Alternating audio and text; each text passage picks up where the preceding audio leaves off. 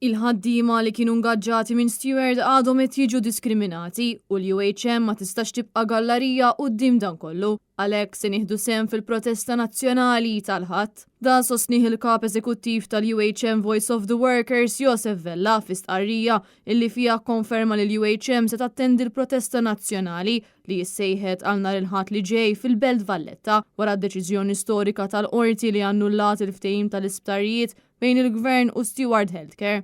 Fl-isqarrija ntqal ukoll li għalkemm dawn il-ħaddiema ta' steward jagħmlu l-istess xogħol bħal kollegi tagħhom li huma fuq il-kotba tal-Gvern spiċċaw għandhom kundizzjonijiet inferjuri. Dan kollu imur kontra l-prinċipju ta' paga ugwali għal xogħol tal-istess valur u għalhekk dan huwa forma ta' diskriminazzjoni. Fl-isqarrija l-UHM ħabbret ukoll li se tattendi għal protesta nazzjonali fl-isfond tal-kawża separata li fetħet kontra l-Gvern. Dan wara li dan tal-aħħar ma onorax ftehim bil-miktub li fih kien tal-kelma tiegħu lil ħaddiema ta' steward sabiex ikunu trasferiti mal-Gvern bl-istess kundizzjonijiet ta' sħabhom fuq il-kotba tal-Gvern.